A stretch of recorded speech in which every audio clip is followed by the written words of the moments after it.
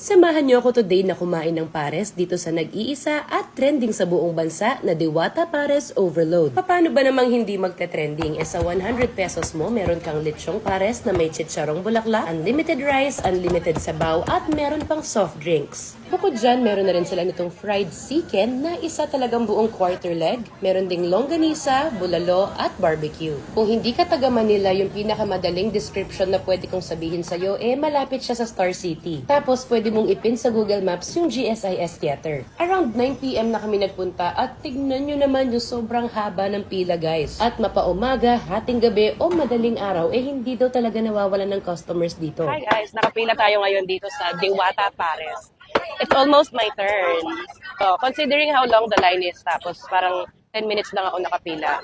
Not bad. So, ito yung una yung bibigay sa'yo. Yung lechong kawale at yung chicharong bulaklak. Tapos ibibigay mo tong card na to doon sa nagbibigay ng soft drinks. Tapos pagka magpaparefill sila, saan sila pupunta? Pipila ulit doon. Dito na lang. Okay. Meron na tayo ng rice, tsaka ng pares. Hahanap naman tayo ng mauupuan.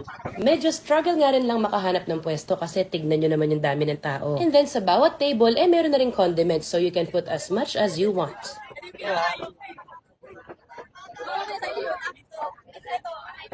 Masarap naman Actually, masarap siya. Feeling ko dalawa yan Either dinevelop na nila magmula ng maraming bashers or baka yung mga bashers nun, lang, mema din. Hindi natin alam. Pero masarap na kasi Okay.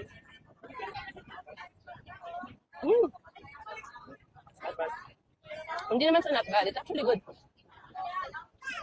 And the chicharong bulaklak.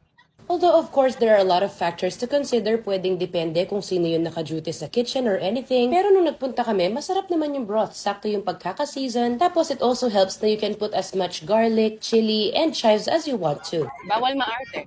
Kasi bago ka pumunta dito, dapat you know what you're signing up for.